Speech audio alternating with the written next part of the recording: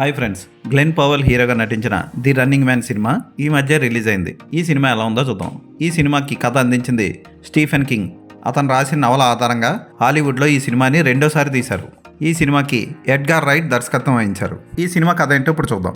United states of America మొత్తం అతలాకుతలమై economy పడిపోయి తినడానికి తిండి కూడా సరిగ్గా దొరకక, చేయడానికి పని కూడా దొరక్క జనాలు పిచ్చెక్కి మూర్ఖులుగా తయారై తిరుగుతూ ఉంటారు. అలాంటి సమయంలో బెన్ రిచర్డ్స్ తన కూతురు కోసం డబ్బు సంపాదించాలనుకుంటాడు. ఇన్ఫ్లుయెంజా అనే జబ్బుతో బాధపడుతున్న బెన్ కూతురు క్యాథీ ఆమెకు వైద్యం చేయించడం కోసం బెన్ పని చేయాలనుకుంటాడు. కానీ ఉన్న పనిలోంచి తీసేస్తారు. అతని భార్య షీలా క్లబ్లో వెయిట్రెస్గా పనిచేస్తూ ఉంటుంది. ఇద్దరు సంపాదన సరిపోదు. అలాంటి సమయంలోనే ది రన్నింగ్ మ్యాన్ షోలో పాల్గొవాలని నిర్ణయించుకుంటాడు. ఆ రన్నింగ్ మ్యాన్ షోలో పాల్గొన్న వాళ్ళు ఎవరైనా సరే ప్రజలకి, బ్లాక్ డ్రెస్ వేసుకున్న హంతకులకి, కిరాయి హంతకులకి దొరకకుండా తప్పించుకొని 30 రోజులు తిరగాలి. చివరికి బతికుంటే $1 బిలియన్ అతనికి లభిస్తాయి.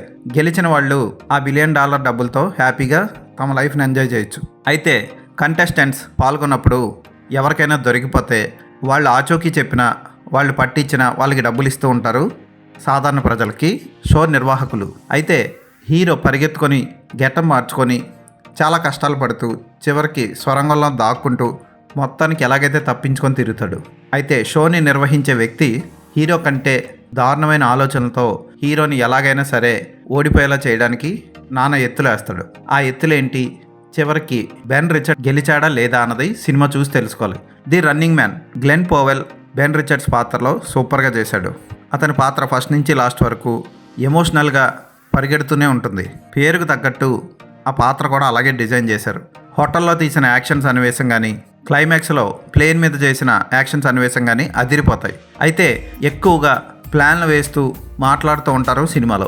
హోస్ట్ బాబీ థామ్సన్ పాత్రలో నటించిన వ్యక్తి బాగా చేశాడు. హీరోకి లేని అవలక్షణాలు అంటగట్టి ప్రేక్షకుల్లో అతని మీద కోపం వచ్చేలా చేసి అతని భార్యను వదిలేశాడని, ఇప్పుడు అతని కూతురికి దిక్కు లేదని కళ్ళబొల్లి మాటలు చెప్పి ప్రేక్షకుల్లో రిచర్డ్ మీద వ్యతిరేకతను క్రియేట్ చేస్తాడు. ఇక ప్రేక్షకులు కూడా అతను చనిపోవాలని, అతను ఓడిపోవాలని కోరుకోవడం మొదలు పెడతారు. హీరోతో బెన్ రిచర్డ్తో పాటు ఓ అబ్బాయి కూడా ఈ గేమ్లో పాల్గొంటారు. అందులో ఓ అబ్బాయి ఫస్ట్ 12 గంటల్లోనే దొరికిపోయి కాల్చి చంపబడతాడు. అలాగే ఇద్దరు చిన్నపిల్లలు ఫైర్ గన్స్ తీసుకొని లేడీ కంటెస్టెంట్ని బార్ నుంచి పారిపోయినప్పుడు పట్టుకొని కాల్చేస్తారు. అక్కడక్కడ వైలెన్స్ ఎక్కువగా ఉంటుంది. ఫోటోగ్రఫీ బాగుంటుంది, బ్యాక్గ్రౌండ్ మ్యూజిక్ బాగుంది, స్క్రీన్ ప్లే కొంచెం స్లోగా నడుస్తుంది. ఎక్కువ యాక్షన్ సన్నివేశాలు ఎక్స్పెక్ట్ చేసి ఇలాంటి సినిమాలకు వెళ్తారు. అయితే హీరో ప్లాన్లు వేస్తూ తప్పించుకొని తిరగడంతోనే సినిమా అంతా ఎక్కువగా నడుస్తూ ఉంటుంది. 2 గంటల 10 నిమిషాలు ఉన్న ఈ సినిమా పర్వాలేదు అనిపిస్తుంది చూడడానికి. జోష్ బ్రోలిన్ విలన్గా బాగా చేశాడు. ఇలాంటి పాత్రలు అతను కొట్టిన పిండి. బాబీ థామ్సన్ పాత్రలో కోల్మెన్ డొమింగో ఆఫ్రికన్ యాక్టర్ బాగా చేశాడు. అతను కూడా క్లైమాక్స్లో ఇచ్చే ట్విస్ట్ బాగుంటుంది. సరదాగా ఓ యాక్షన్ సన్నివేశాలు, చేజులు, ప్లాన్లో ఉన్న ఈ సినిమాని ఒకసారి చూడొచ్చు. ఈ సినిమా ఇంగ్లీష్లో థియేటర్లో రిలీజ్ అయింది. ఈ సినిమాకి నేను ఇచ్చే రేటింగ్ 3/5.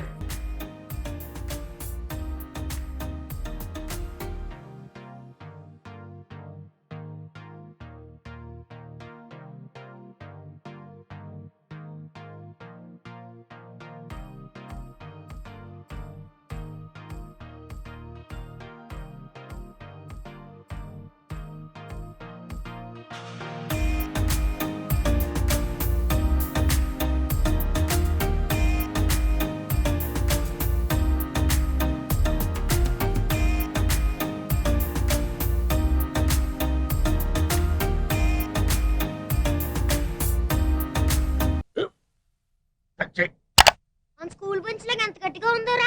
కొట్రా, కొట్టు, పర్లేదు, కొట్టు. అబ్బా చైన్ పెట్టేసింది బాబాయ్. నీకు నొప్పి. ఏంటి నువ్వు కొడతావా? కమా బిట్ మీ యార్. వద్దు బాబాయ్. వాడిని నేను కొట్టడం లేదమ్మా, వాడినే నన్ను కొట్టమంటున్నాను. నువ్వేం కంగారు పడక్కర్లేదు. అడుగుతావేంటి?